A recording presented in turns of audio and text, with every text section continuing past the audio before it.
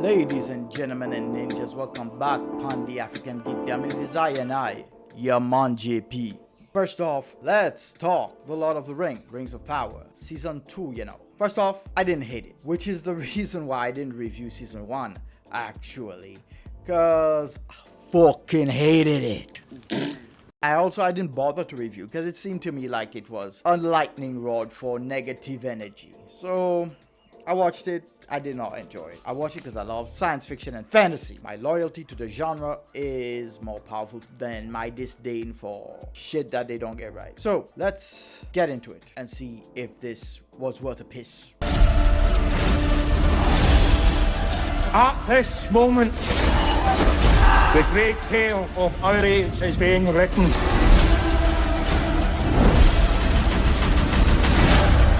You think it was only you who put yourself in my power? Galadriel.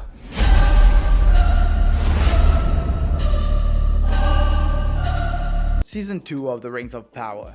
There were some things that still bothered me, such as the casting of Celebrimbor, and some things that bothered me less, such as Arondir, who in Season 1 seemed to be a pointless, meandering character who the creators just put in so they could get their token Niego. Token black person. A black elf.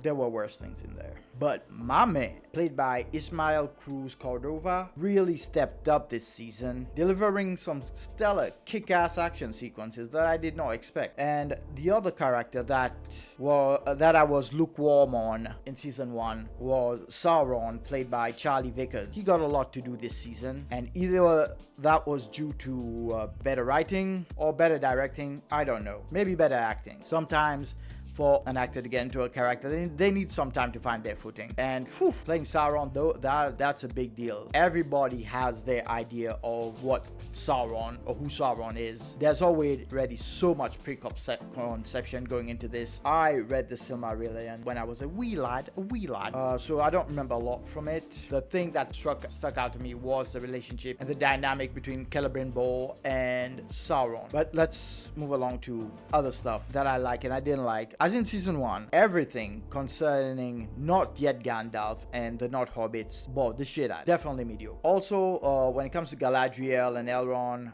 I'm still lukewarm on them, if only because of the drastic changes of their characters from the books. Elrond, a little bit of the casting as well, Dude got a little bit of a resting bitch face there for like the whole season. And the first 3 episodes for me this season got off kind of slow. I wasn't feeling it. I was like, this shit again. But what really bumped the show out of the lane of mediocrity for me and into the range of this is actually good territory was everything that was going on between Sauron and Celebrimbor. That relationship, the way it starts and the way it deteriorates, and the characterization for Sauron, the lies he tells himself, the shit he believes about what he's doing.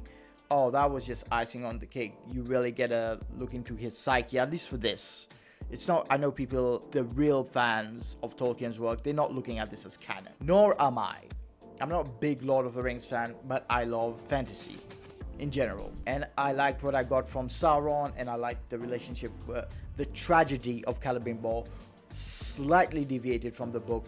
It didn't get crucified or something, but it was out in the open. Somebody let me know if I'm right about this. I don't really remember.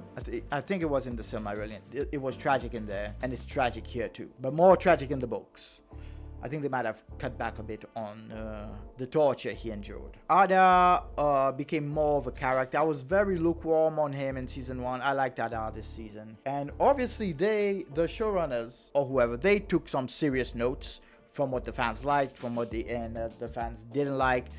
A few writing faux pas, but no show is gonna be perfect. The good thing to me, or the great thing, is that there's definite improvement from Season 1 to here. If they had learned nothing, then I would have some serious fucking issues. But they have. I don't know if they changed writers, whatever's going on there. Yes, keep doing this and do whatever you did after Season 1. Make it better. Somebody must have gotten a look at at House of the Dragon and said, we need to improve on this.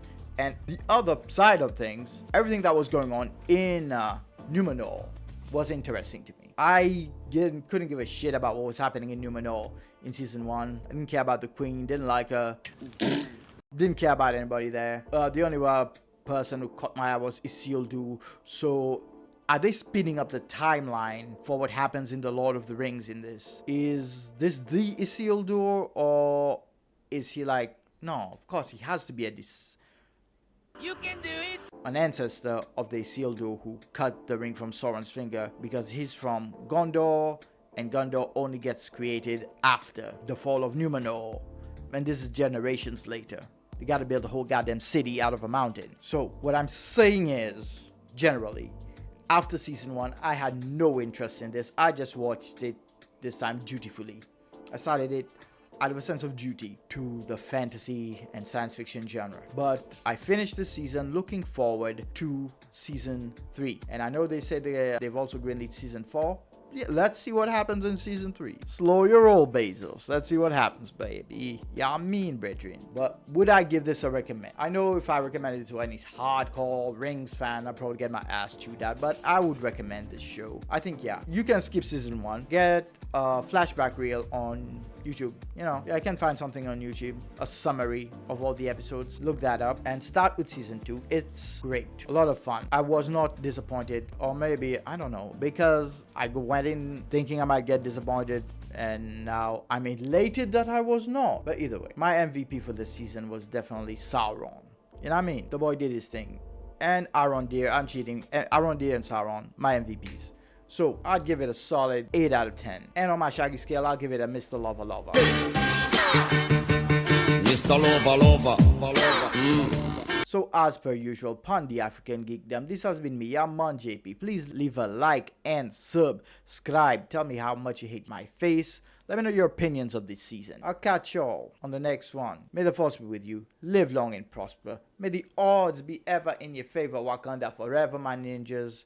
JP out. Show.